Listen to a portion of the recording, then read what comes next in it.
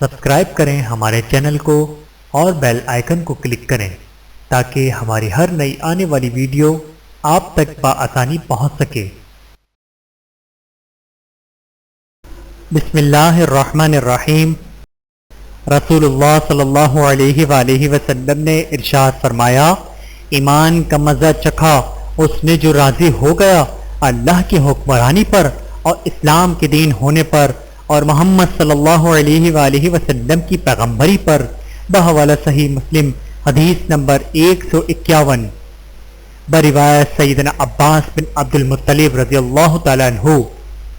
رضیت باللہ وبالاسلام دینا، نہیں، رضیت باللہ وبالاسلام دینا وبمحمد نبیّا، میں اللہ کے رب ہونے، اسلام کے دین ہونے اور محمد صلی اللہ علیہ وآلہ وسلم کے نبی ہونے سے راضی ہوں۔ مسجد میں آنے کی فضیلت۔ رسول اللہ صلی اللہ علیہ وآلہ وسلم نے ارشاد فرمایا، جس وقت بندہ اپنے گھر سے مسجد کی طرف نکلتا ہے تو ایک قدم پر ایک نیکی لکھی جاتی ہے اور دوسرے قدم پر ایک برائی مٹا دی جاتی ہے۔ بحوالہ سنن نسائی حدیث نمبر 706۔ احسان فراموش نہ بنے۔ رسول اللہ صلی اللہ علیہ وآلہ وسلم نے ارشاد فرمایا، جس نے لوگوں کا شکریہ ادا نہ کیا اس نے اللہ کا شکریہ ادا نہیں کیا۔ بحوالہ سنن ترمذی حدیث نمبر 1955۔ بڑوں کی عزت اور چھوٹوں پر مہربانی۔ انس بن مالک رضی اللہ تعالیٰ عنہ کہتے ہیں کہ ایک بوڑھا شخص نبی کریم صلی اللہ علیہ وآلہ وسلم سے ملاقات کے لیے آیا۔ لوگوں نے اسے راستہ دینے میں دیر کی تو رسول اللہ صلی اللہ علیہ وآلہ وسلم نے ارشاد فرمایا، وہ شخص ہم میں سے نہیں جو ہمارے چھوٹوں پر مہربانی نہ کرے اور ہمارے بڑوں کی عزت نہ کرے۔ بحوالہ سنن ترمذی حدیث نمبر 1919۔ خالہ کے ساتھ حسن سلوک۔ رسول اللہ صلی اللہ علیہ وآلہ وسلم نے ارشاد فرمایا، خالہ ماں کے درجے میں ہے۔ بحوالہ سنن ترمذی حدیث نمبر 1904۔ رسول اللہ صلی اللہ علیہ وآلہ وسلم نے ارشاد فرمایا، یہ بات کہ میں کہوں سبحان اللہ والحمد للہ ولا الہ الا اللہ واللہ اکبر، یہ مجھے ان تمام چیزوں سے زیادہ محبوب ہے جن پر سورج طلوع ہوتا ہے۔ بحوالہ صحیح مسلم حدیث نمبر 6847۔ تھوڑے صدقے کا بیان۔ رسول اللہ صلی اللہ علیہ وآلہ وسلم نے ارشاد فرمایا، آنکھ سے بچو، اگرچہ کھجور کا ایک ٹکڑا ہی اللہ کی راہ میں دے کر صحیح، اور اگر اسے نہ پا سکو تو بھلی بات کے ذریعے معذرت کر کے صحیح۔ بحوالہ سنن نسائی حدیث نمبر 2554۔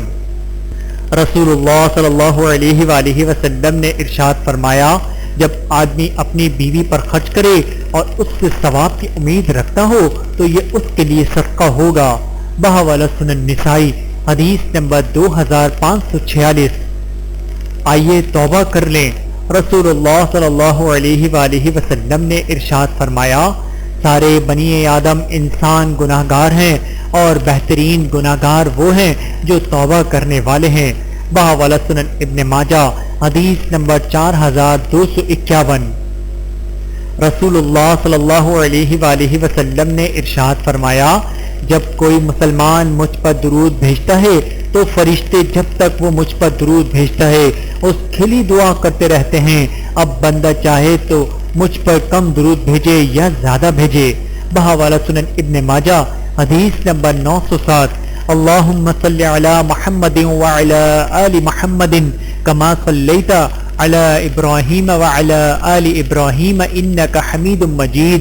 اللہم بارک علی محمد وعلی آل محمد کما بارکت علی ابراہیم وعلی آل ابراہیم انک حمید مجید۔ رسول اللہ صلی اللہ علیہ وآلہ وسلم نے ارشاد فرمایا، بے شک آدمی اور شرک و کفر کے درمیان فاصلہ مٹانے والا عمل نماز کا ترک ہے۔ بحوالہ صحیح مسلم حدیث نمبر 246۔ بلا وجہ شکار ایک ظلم۔ حضور نبی کریم صلی اللہ علیہ وآلہ وسلم نے فرمایا، جس شخص نے چڑیا یا اس سے بھی چھوٹا جانور ناحق قتل کیا تو قیامت کے دن اللہ تعالیٰ اس سے اس کے متعلق بھی پوچھے گا تو نے یہ جان ناحق کیوں لی؟ اللہ تعالی ہم سب کو عمل کرنے کی توفیق عطا فرمائے، آمین ثم آمین۔ ویڈیو دیکھنے کا بہت شکریہ۔ مزید ویڈیوز دیکھنے کے لیے ہمارے چینل کو سبسکرائب کریں۔ اگر ویڈیو پسند آئے تو لائک کریں۔ اچھی بات کو دوسروں تک پہنچانا صدقہ جاریہ ہے۔ جزاکم اللہ خیرا کثیرا۔ اپنا اور اپنے پیاروں کا بہت زیادہ خیال رکھیے گا اور مجھے دعاؤں میں یاد رکھیے گا۔ Take care. اللہ حافظ۔